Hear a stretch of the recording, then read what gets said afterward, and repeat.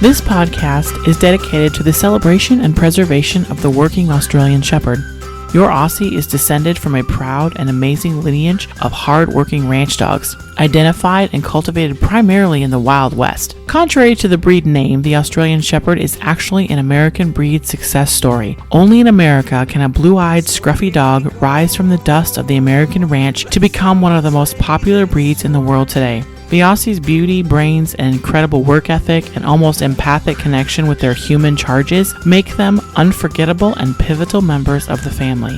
My goal is to help you understand this amazing breed, learn more about their heritage and their physical and mental needs so that together we can preserve the working Aussie by encouraging better breeding and better vetting of future Aussie owners, ultimately keeping Aussies with their families and out of shelters. Welcome to the Instinctive Australian Shepherd.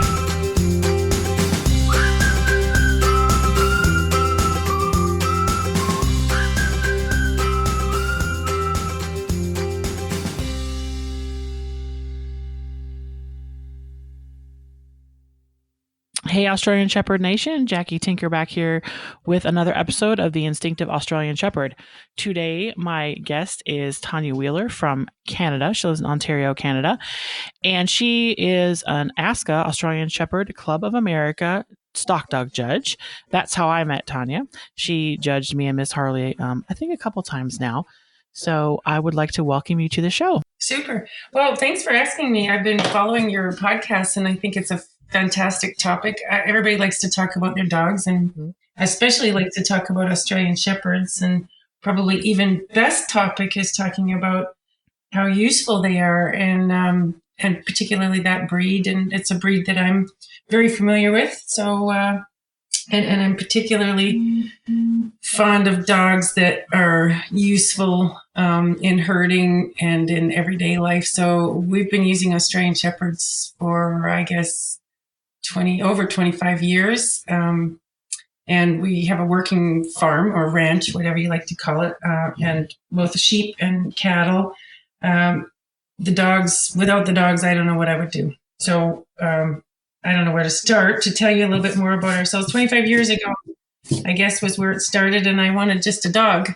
I saw the Australian Shepherd, looked at a couple of different breeds, and I'd always had horses and lived on, working operations and trained dogs for whatever purpose, but mostly working with horses and livestock. So when I got an Australian Shepherd, that was not the intention.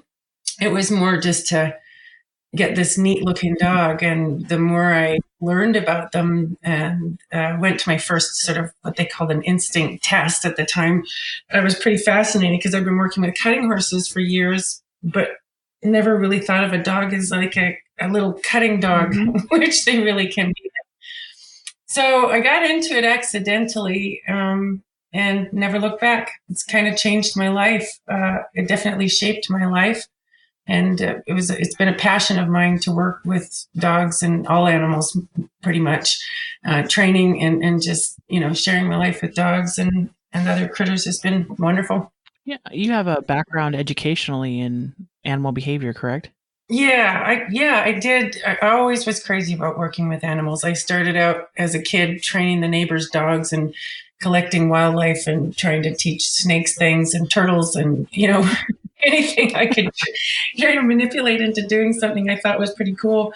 I did. My undergraduate degree was in animal behavior, and then my master's work was in wildlife. So I had this really great opportunity land on me to raise 7 orphan moose calves in northwestern Ontario.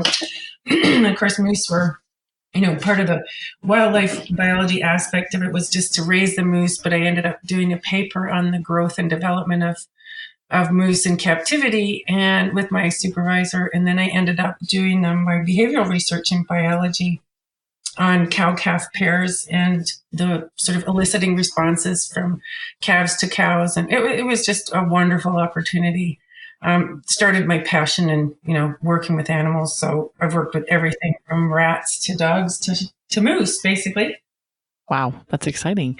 That's fascinating, the research on the cow-calf pairs. And now you get to use that do you think it translated into what you're doing now with your cattle ranch? I think it's the subtlety of, keen observation that when you if you have great observation skills, I think training animals or working with animals is really becomes a passion. I think rather than a frustration. And I do think that part of my life experience as a kid, growing up with horses, living at the barn, working and doing things like that, you gradually get more, interest in various things that we would do. And yeah, for sure, that work was interesting because although it wasn't planned, to work on behavior necessarily, I just had a job working with the cows, or the calves rather. It turned into something that, you sort of test different scenarios every day, working with calves that are orphan calves, but this is not a domestic animal, watching how they behave versus the domestic animals in my life in the past was completely different. So then you look at, the evolutionary history of animals. And yeah, these are all things that just, always fascinated me. So I think it shaped part of who I was. It was just, a great opportunity. So a little bit off the Australian Shepherd topic. No, that's good. I have a question for you though about that because I'm curious. Moose are typically kind of, well, I guess dangerous, or people are supposed to stay away from moose because they can hurt you. Did your calves become very domesticated? Were you able to, or were they still kind of wild, even though you kind of had raised them? Well, it's interesting because no, they're very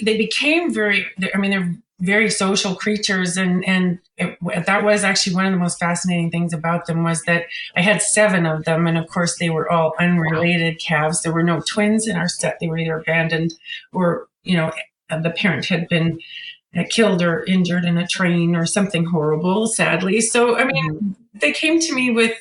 We had to bottle feed them. I had to cut their browse for them. I spent the whole day with them, days and nights. There was 2 of us on that same shift. And so it was, I think, they were very close to us. They were very intelligent beings, and they had communication skills that they, used amongst each other as well. But to answer your question, the one part of the question is, a year later, visiting the calves, they would come running to the whistle that, I set to them when they were young. They were all very excited to see us. But they're big, and like really big and, just like a horse is, but the way calves, I should say, the moose calves would play is by rearing up on their hind legs, lots of striking, lots of communication like that amongst each other. So even when they were young, and they became 3, 4, 5, 600 pounds, and, you're carrying buckets across the pasture, and you can feel the shadow up behind you with the, you've got a calf in the air with his, legs coming down to strike you, just in play. You had to be kind of careful, but yeah, they had an amazing memory. They had an amazing ability to navigate through pastures. I would set obstacles up that they had to jump over, and without even looking at things like a domestic horse or cow would do, they would just sort of run across it and go, oh, there it was, there it's gone.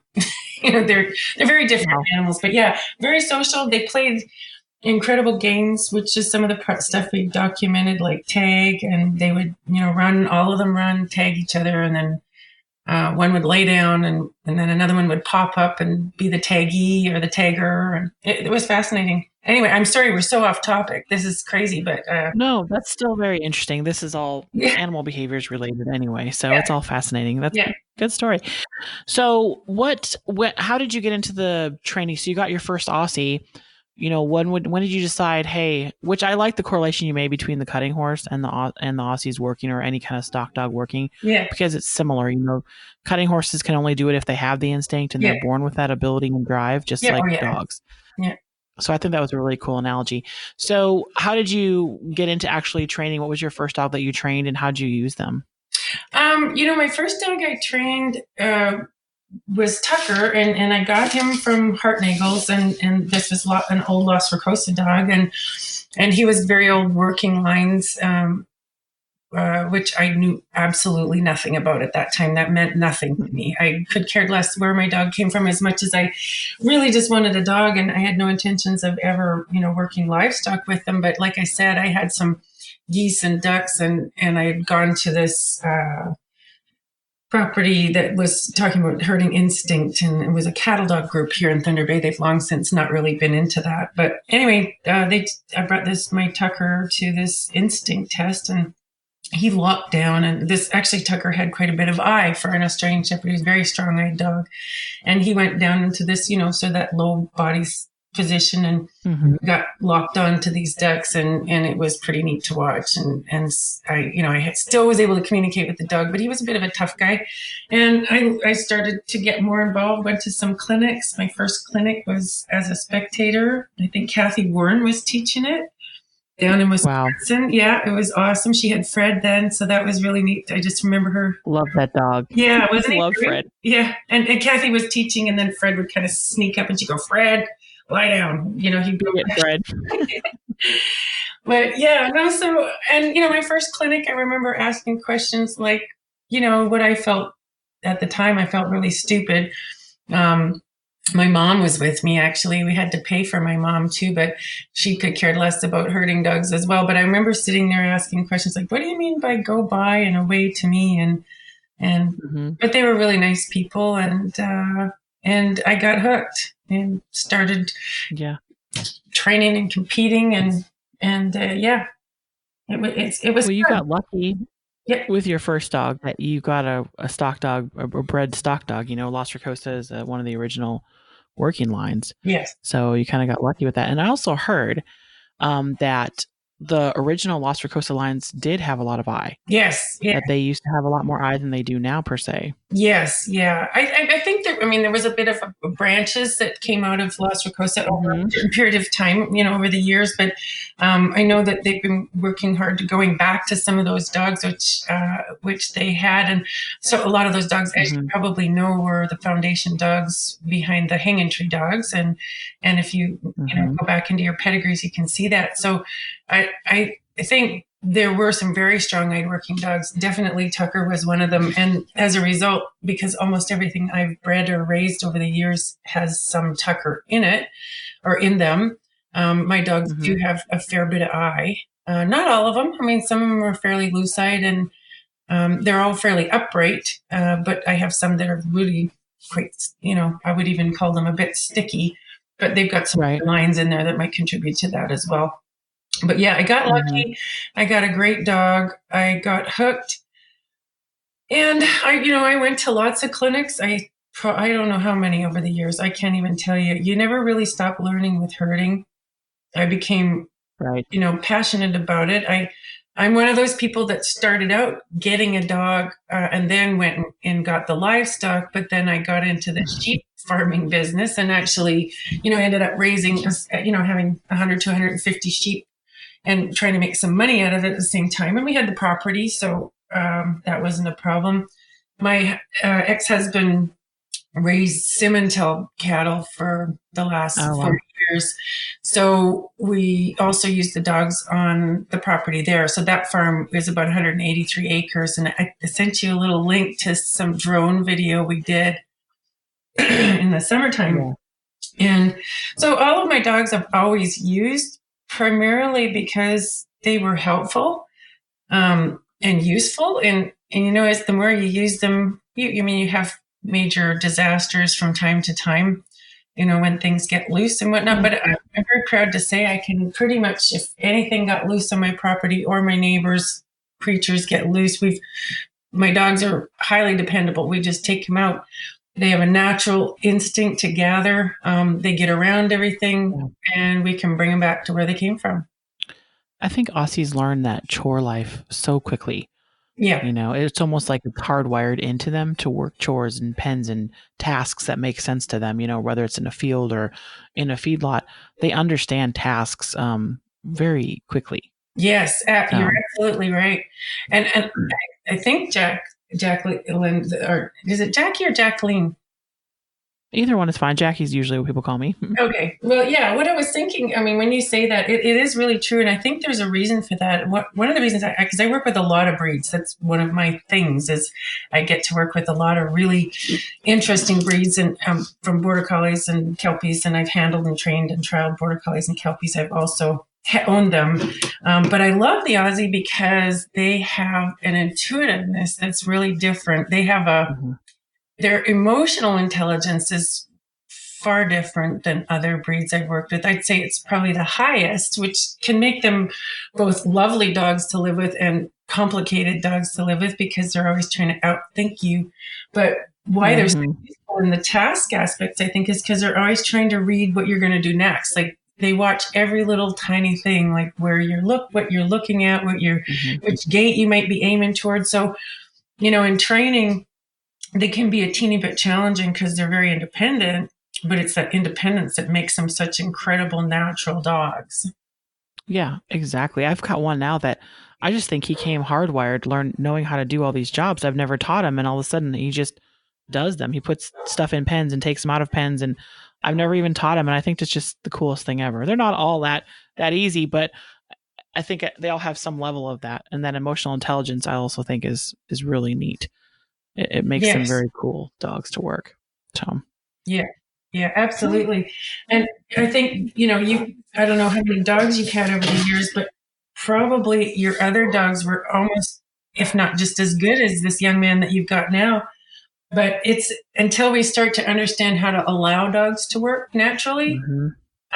Sometimes we don't see how good they are at those things because when we first start out teaching, we think we're teaching as opposed to getting a nice dog and letting him show you kind of what he's made of and allowing him to work. And then you really, and as you get a little bit better, as the better you get at training or their third dog or your fifth dog or whatever, you start to allow them to do more. And I always hear people say this, he's just so natural. He's so, like you just said, which is cool. But he probably is. I'm certain he is. But I'll bet your other dogs were probably just as cool. Yeah. But you weren't, at that time you weren't ready to sort of let it happen, right? You try to make more things happen. I agree with you 100%. And then when you first start, you don't quite understand balance, right? And I think, I tended to overcorrect and now causing problems because I didn't know what I was doing, but letting the dog actually show me. And being that you talked about being observant about animals and watching their behavior, it's partly that and also partly willing to let them do it on their own a little bit too. And to kind of work with them. Yeah. And I think exactly. And I think, your ability to be consistent depends on your attention to detail, right? I mean, you can't be consistent if you don't know what you're doing. And if you don't set criteria when you're training, as you probably know, it's not really fair to the dog. But these are things you consciously think of unless you're training. But when you're doing chores, that's why I think it's so easy for them to learn because your expectations are, exactly what you're doing. So it's real clear to the dog. And when you do that day after day and it's a repetitive act, the dog gets really natural at it because they sort of anticipate, she does this. Then, dogs are highly observant, right? Their attention to detail is insane because everything that you do, their life depends on it, right? Every little tiny thing you do, the dog knows my life when I get fed depends on you, how I get let out, did I get exercise, when I get penned up, it all depends on you. So they do pay attention to every tiny thing that you do. And Aussies in particular, because they're highly manipulative little creatures. They just like to change the story because they get bored. That's it. But when you do your chores, you're doing the same thing over and over again. We always do the chores the same way, right? And then the dogs, you don't even have to say anything after a while. You just go out and start doing chores and they do their part and you do your part and they're so happy to do that. Oh, absolutely. Oh, for sure. Yeah. And oh my gosh, yeah.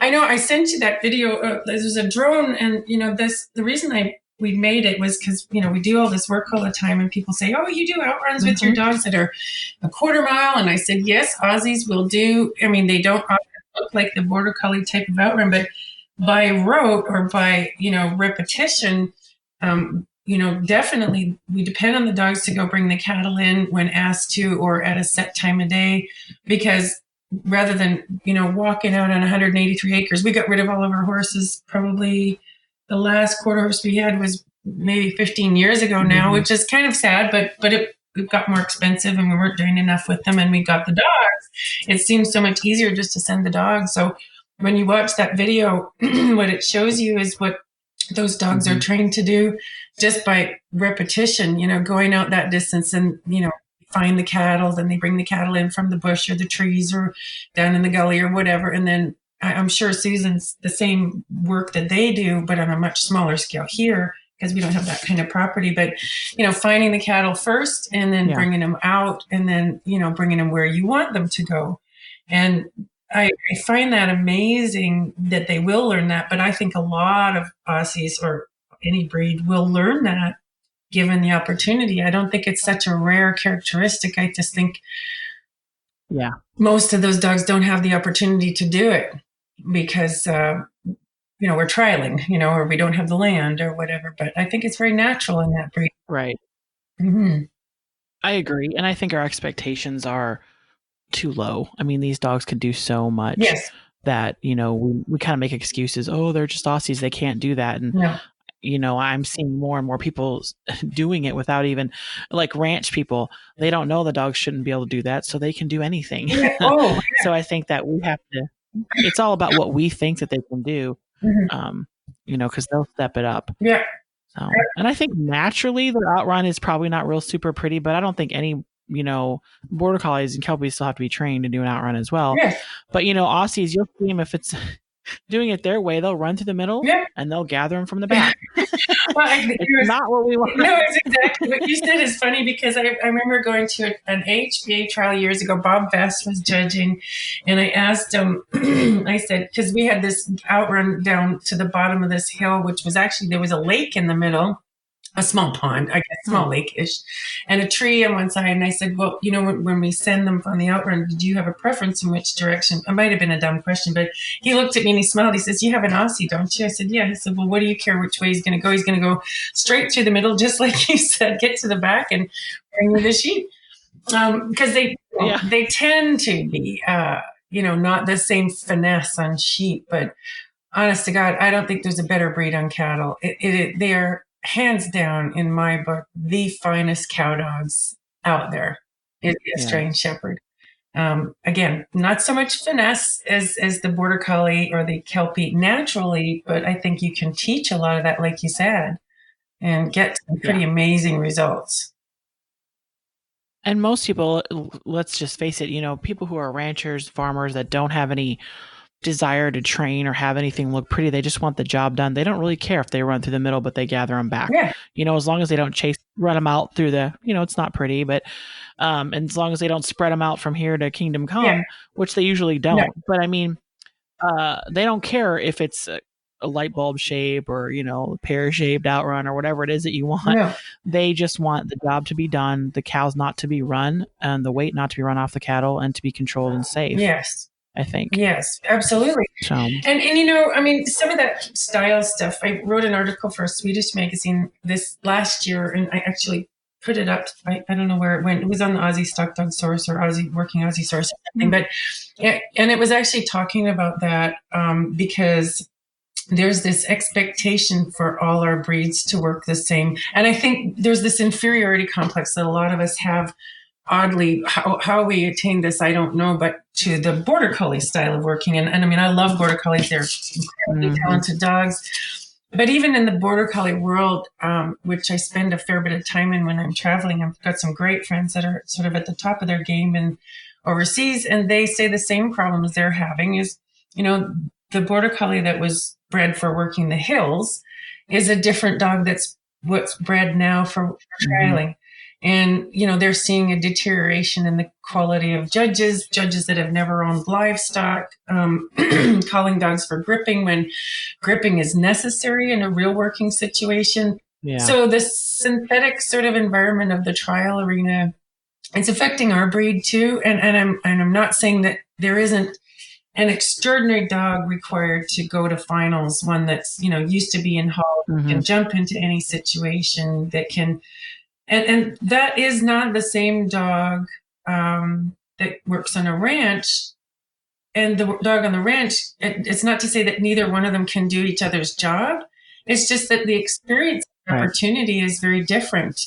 And And I think there are some in the trialing world that probably have lost some of the ranch work ability, and it's hard to take a ranch dog over, and some of those characteristics, like real willingness to please you, it might be a little bit harder to get those dogs to make it to finals too. So it is happening, and the trial world does make us lose something, I think, in our natural breed pool, gene pool. Right. Well, because the trialing is just so, running a dog around, through 200 by 300 arena through panels is not realistic work at all. It has to be a dog that can handle that kind of training pressure that's going to make them make every step correctly. Yeah. Where on a farming and ranching situation, the dogs have to make decisions on their own. Mm-hmm. And I kind of agree with you. I don't think that, if I don't drill on my dog a lot, we can't trial well, because if I let her do chores and she's thinking on her own and making her own decisions, that doesn't always transfer very well into the trialing arena. Oh, no. And I agree with you. Like, keeping them into a small arena size is doing bad things for our breed. I think that it's lowering our expectations. I think we need to be supporting the post-advanced, the kind of the higher level things, because that's more realistic to me. Yeah. No, I 100% agree. I also love the farm trials because of that too, though. The farm trials are totally different than the arena trials. And those are, farm trials in ASCA are, and AHBA does these as well, and they're called HRD, but they're mock chore things. They set up a series of different chores and pen work and sorting and things that you would actually do on a farm or a ranch. I think that is a useful way to showcase our dogs. Absolutely. Yeah, it's great. And I think it's becoming really much more popular for a number of reasons. Like I'm an ASCA judge, as you mentioned in the beginning, but I also judge the Canadian Kennel Club herding program. I'm an AKC judge and an AHBA judge as well. And so all of them have a version of like a ranch trial certification or a stock dog, or in CKC it's called stock dog program, which is like a farm trial, ranch trial. And I think everywhere I go, I think somebody published recently the popularity of the farm trials in ASCA far surpassed the popularity of arena trials in I guess intakes and revenues or whatever. But also, and I think it's because it's also that the human side of it. There's a lot of pressure to trialing in a small arena. It's a lot of pressure on you. It's a lot of pressure on the dog. Mm-hmm. Finals, again, I've been in finals for the last, 15 years, maybe 12. I'm not exactly sure, and I've skipped only a couple of them. And I'll tell you honestly, it is one of the most stressful things I have ever done. And I'm not a good competitor. I have performance anxiety like crazy. And this feeds down to my dog. And inevitably, I actually can't stand watching anything that I've ever run in spite of that. But if you put me in a post-advanced field where there are no people, I'm out there or I'm doing a ranch work or I'm just working on my own. I have no stress like that, none whatsoever. But when, so the dog too feels that kind of stress. And I think the popularity of these farm programs is partly because it's fun for the dog. It's not all this micromanagement. There's a little more independence. The dog enjoys himself, and especially for the Australian Shepherd, because talk about micromanagement. I love the new courses, like the D, E, F, G, H, whatever. I think it's really neat. Yeah. But I remember Ernie Hartnagel mentioned this in Tennessee, and he talked about the independence of the Australian Shepherd, why they were popular, what made them great working dogs.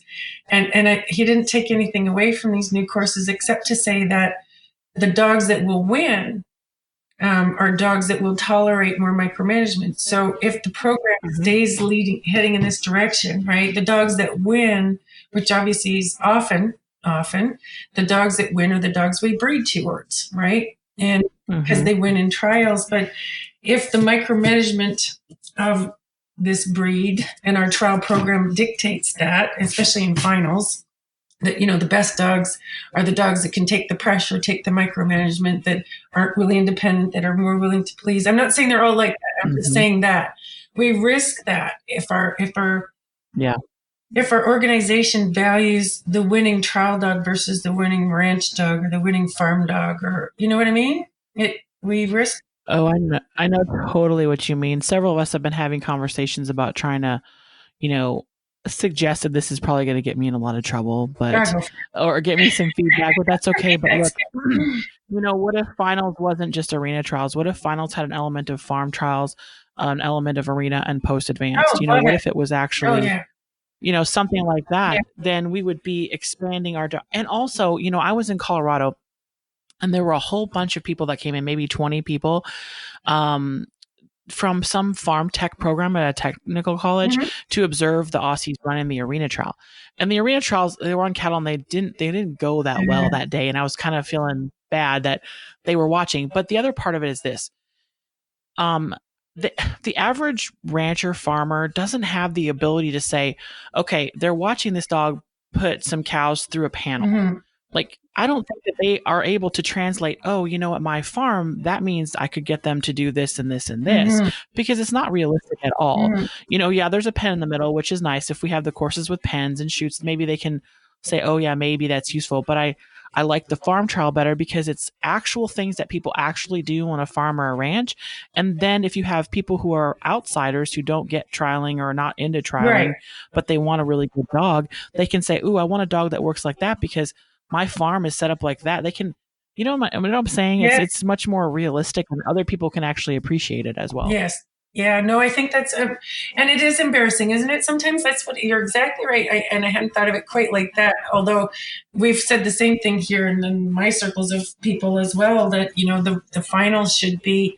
I think I think any trial should be, if you're looking at it to represent a breed, you should look at what characteristics are valuable in the Australian Shepherd. Just like if you wanted to say what characteristics are valuable in the bearded collie, but you look at those characteristics, you design a trial or a test to demonstrate that characteristic. So if they're good Yeah. pendet dogs, we're going to have an element in there in the trial that is, demonstrates their ability to work in pens. If you want a field trial version, because all dogs should be able to go out in the field and gather stock, every breed, if they're useful at all, Mm-hmm. maybe not how they do it, but the fact that they will do it, have a good sense of group, Right. born with those sort of natural characteristics that we're selecting for, then there should be a test within the trial program that tests for the presence of that trait or characteristic. And, working cattle, all those things. But I don't think our program was set up.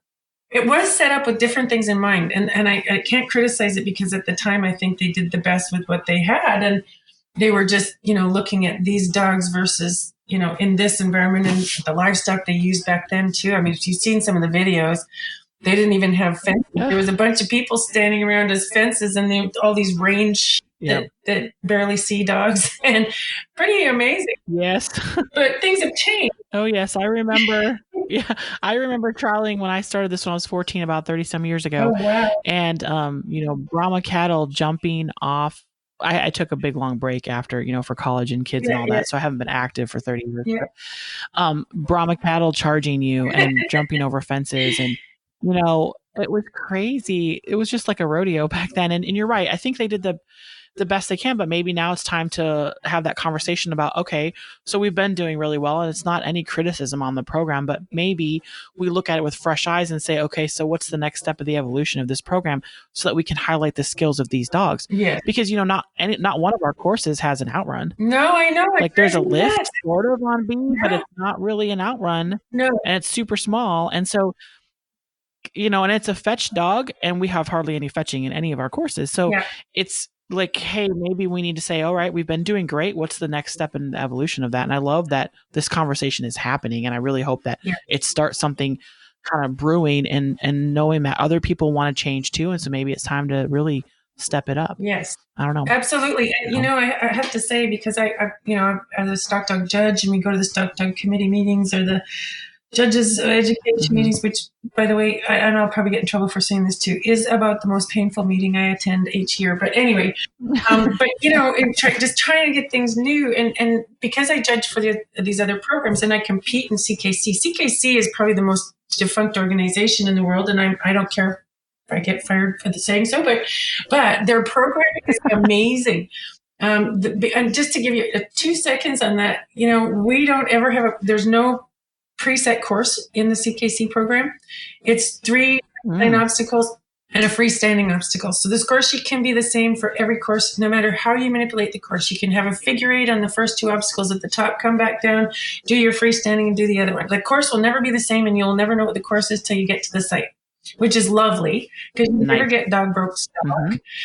Your course broke dogs. You don't get, and the other thing is there's always an outrun, lift, and fetch, or a gather, and now it's in an arena. But the beauty of it is you have all these skills that are required. And if you're going to have a trial program that's worth anything, you should be able to either demonstrate skills or demonstrate dogs' talents, like a breed's talents. And so there's a call off, there's a settle, there's an outrun, there's a drive. There are all these things. There's navigating obstacles and pens and take pens and repens. And so I know I love ASCA, but I do think that we're both missing the skills demonstration and the outruns. It's because every good program has to have some kind of an outrun. Yeah. And even the post-advanced, by the way, which I've run 1,000 times, doesn't really have an outrun. No. So I do think you're right. We need some fresh eyes and some good positive conversation. Yeah. But heaven knows if you bring up another organization name, and especially the AKC, which gets so much razzing, but they have the B course in AKC is a big field course. It's like the AHBA. Yeah. It's fantastic. Yeah.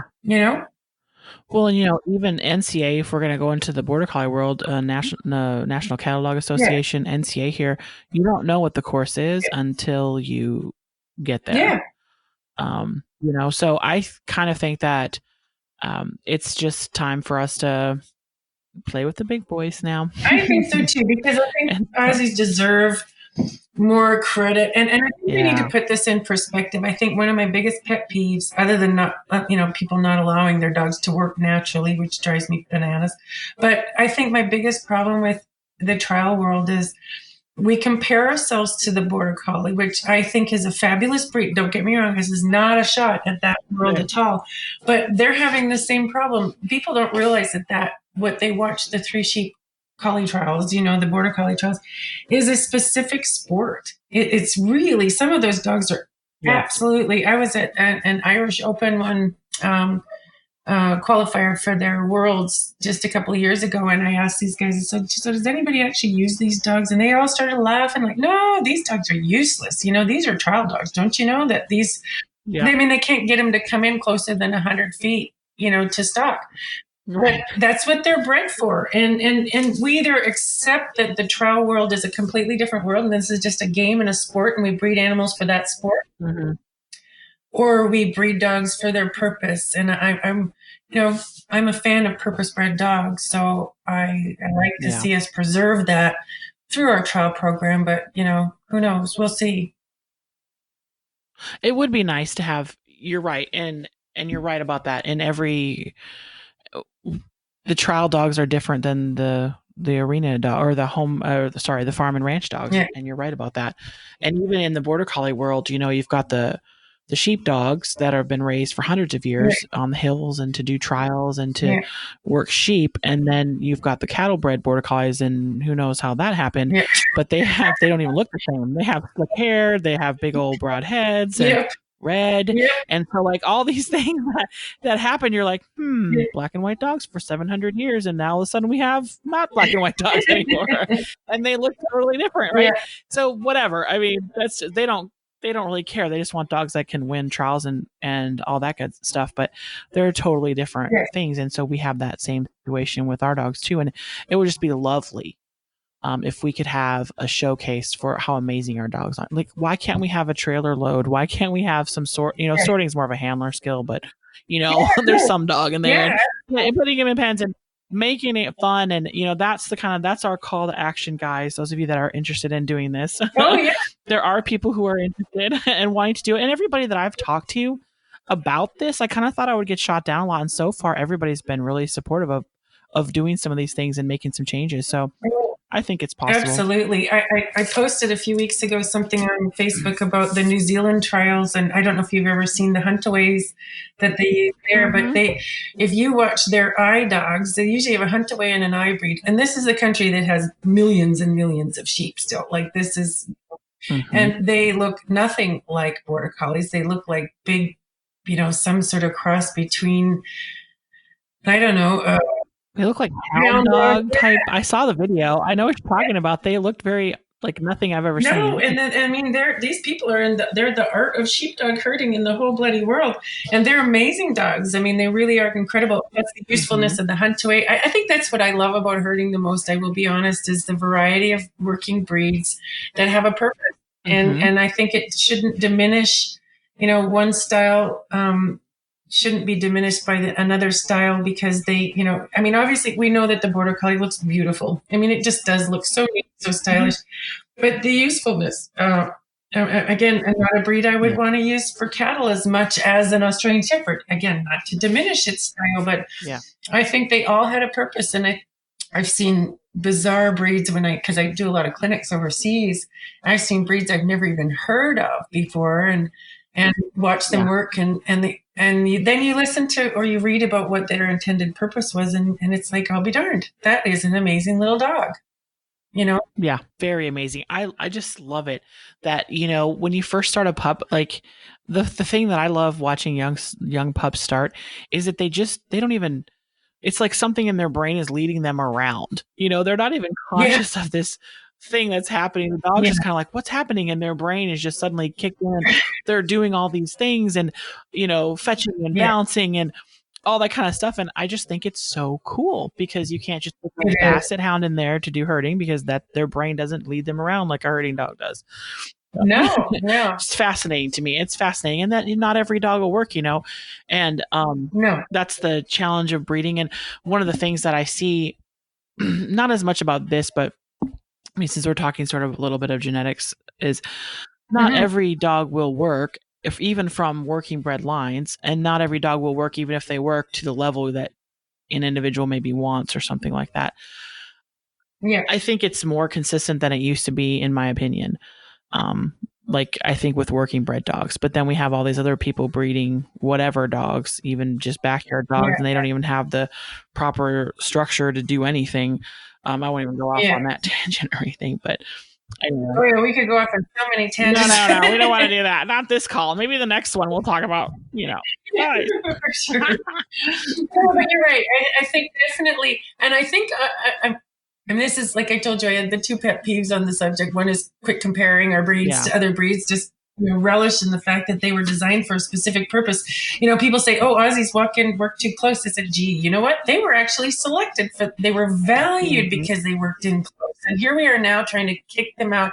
And not that that's not possible, and not that there shouldn't be a respectable distance off the stock. But you know it, and I know it, that livestock will grow accustomed to a close working dog.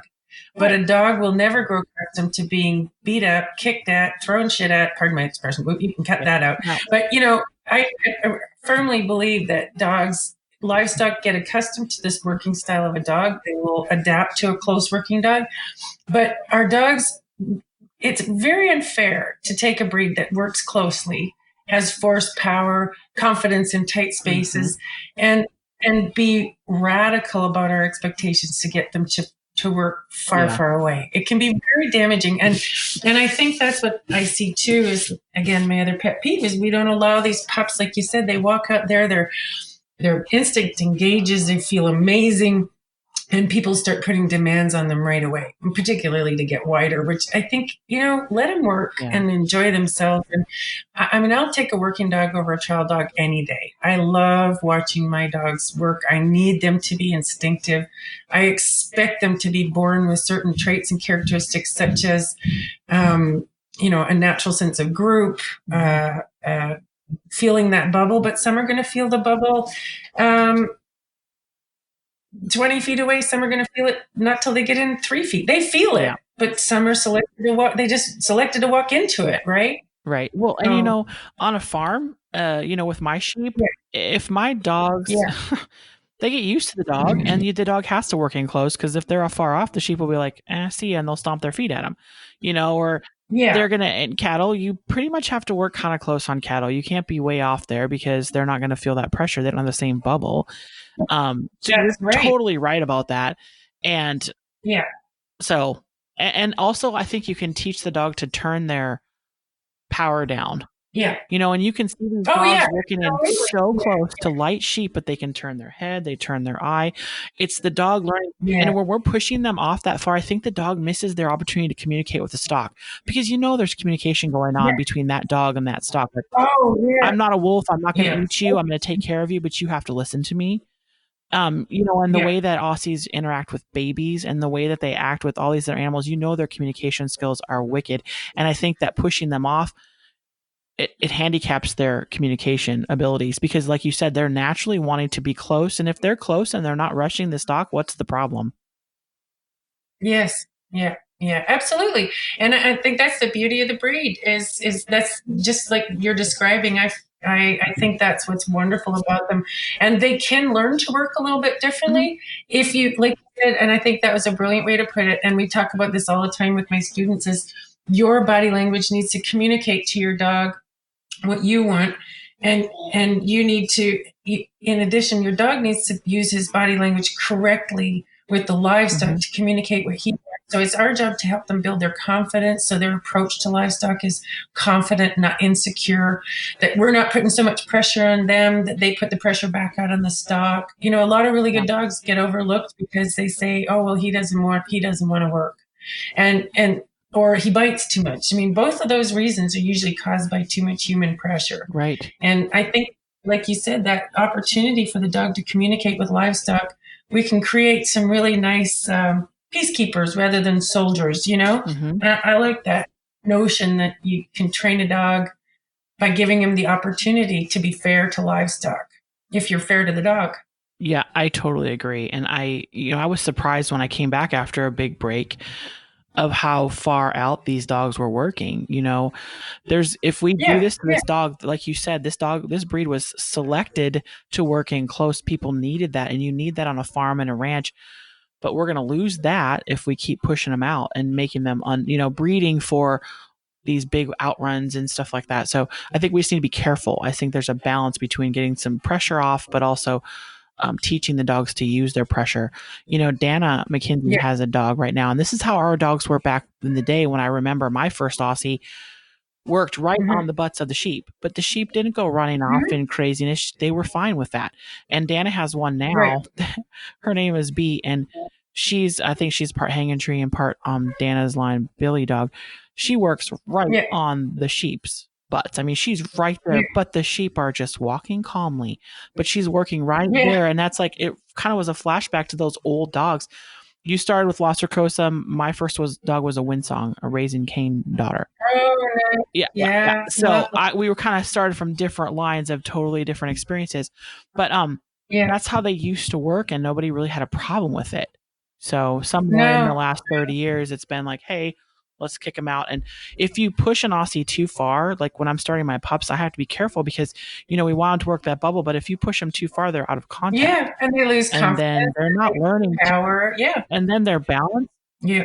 balance goes off. Their what is it? Their sense of group is affected, I think, if you push them out too Mm-hmm. far. Mm-hmm. So some people are going to disagree with me, and that's okay. I mean, if you guys disagree with me, that's okay. I'm not super trainer. I'm just saying this has been my experience and my observations. No, no, and me neither. I mean, I think we can all learn from each other, and I think this is a healthy conversation. There's no criticism here involved. It's just simply, but I think you're right, and I mean, I have had some Aussies that work extremely wide. They just happen to have that particular characteristic. Like I told you, my original Tucker had a lot of like really very strong-eyed dogs. So was Fred, by the way. You probably know that Kathy's dog.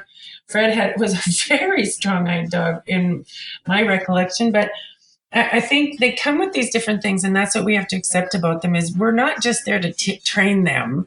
I think that's a nice way of looking at it, but I think that's fairly homeocentric. I think we're there to if you're a good trainer, you got a good eye, again, back to the attention to detail, right? Mm-hmm. Is you need to kind of know what sort of dog you have at the end of the leash, only if you let them do a little work for you first and you see what comes naturally, and you can judge, can I kick this dog out, or is this dog have enough calm sense to him that he doesn't need to be, Mm-hmm. and working so close doesn't really matter. It's not affecting the livestock negatively. And it makes a big difference. You hit on something that makes me think, and probably going off topic a teeny bit, but not really. This is why I love Aussies when they work cattle. For the most part, when Aussies work cattle, they work cattle. They just work cattle. Mhm. And I love that cattle are fairly relaxed around Australian Shepherds. And even if they're tough, which they need enough grit, but there's a really popular person on social media that has a different breed on cattle. And the videos are awful for me to watch. And I'm not taking out after that person, but it's not an individual. It's that the cattle feel hunted. There's always conflict. There's always a fight. There's Yep. always a dog getting in the air. There's always this. And the very big difference, I think, is that the approach that the Australian Shepherd takes with cattle is not to hunt livestock, but to work them. Mhm. Just says, let's go. There's an appropriate amount of grip and eye and style and push. And then they release the pressure off the stock. But if you watch certain other types of dogs working cattle, you can see the cattle feel threatened, hunted. Yep. And this is a really effective style on a huge pasture of sheep when a dog's working 300 yards away. But it's a very scary approach working cattle. And Right. And I think that wear on the back, Aussies are known for that wear, right? And it's part of the breed working standard.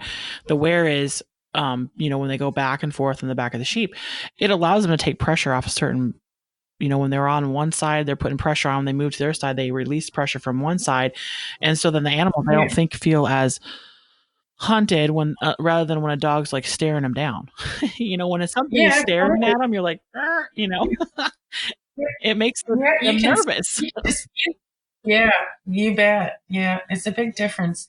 And I think we've got to appreciate the dog that we have. And I think, the trial arena definitely pushes you. I mean, I have those questions, honestly, Jackie. Over the years, I've had very versatile type dogs that can do anything. Mostly my priority was, can they work? Are they born with those natural sense of group and desire to please and, that talent that should be there. But you also come back from a nationals and you go, God, my dog is so good at home. I mean, he's so fantastic on 60 head of Simmental cattle or 150 head of sheep on my acreage here. Why was I so unsuccessful at that trial? Mm-hmm. And I realized that it's not that that I don't have just as good of a dog, but the people that win those trials, they deserve to win because they work on all those courses. They're hauling their dogs from one place to another. They're in and out of different arenas, different livestock. They deserve to win. And because they're playing that sport or that game specifically, and they're prepared. And I may have an amazing dog that I can do all these great things with on the ranch, but if I want to play in that venue, I need to do the same things that they're doing to prepare for the competition. Exactly. That's all there is to it. And to give up one for the other, you have to think about it. Right. If you want to entertain, like, what's her name? And have people over at your house and have a nice fancy house, you might need to get rid of your dogs. Right. It's just, if you really want to be good at one thing, you might have to give up something else. So it's sad that we have to choose between those two things to preserve a breed. But yes. I know. And it's kind of, you don't want to say, hey, the trialing is bad, because obviously it's not bad. It's fun. I enjoy it a lot. And it's fun, but it also keeps people interested in doing something herding wise with our breeds. And so I think we just always have to be cognizant of how can we make it better and improve, because staying the same forever is not a good choice, no matter what.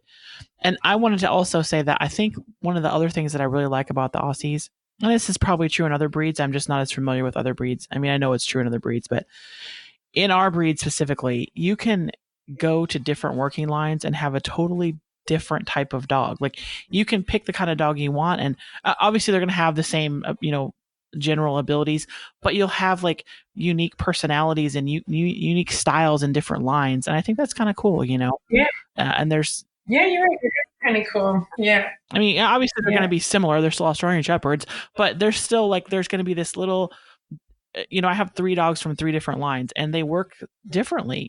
They still work like Aussies. They still do all the Aussie things we were talking about, but they all have different ways of approaching it and different it's just really neat, and it's fun. I think it's fun to do all that kind of stuff, and it makes you I'm hoping it'll make me a better trainer, having all these different types of dogs. Oh yeah, no doubt it will. I mean, I think that's what's made me a fantastic, no, I don't know if I'm a fantastic trainer. I didn't mean to say it that way, but I think that's what made me a better trainer is that, being able to see all these super fantastic dogs Mhm. and from different origins. It's like I wrote in that article last year, it's kind of like the ingredients for a soup, Mhm. vary from whatever part of the world you're in, what's available to you, like the different landscapes that were there, the different types of livestock you were working, dictated what kind of breed of dog or style of dog that you needed to use. And I think that's the best part about it. Like I said, I think you're passionate about herding like I am. It's not just Aussies, but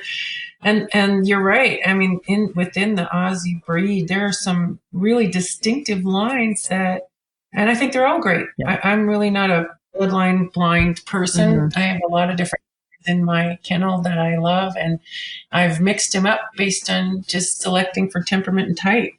Yeah. So yeah, It's really exciting. yeah, cool. Oh my gosh, this has been a really great conversation. I didn't know where this conversation was going. I never know where the conversations go when I do these. I just kind of, I just want to talk to somebody and get to know people and have really, unique and realistic conversations, I guess. Authentic is the word.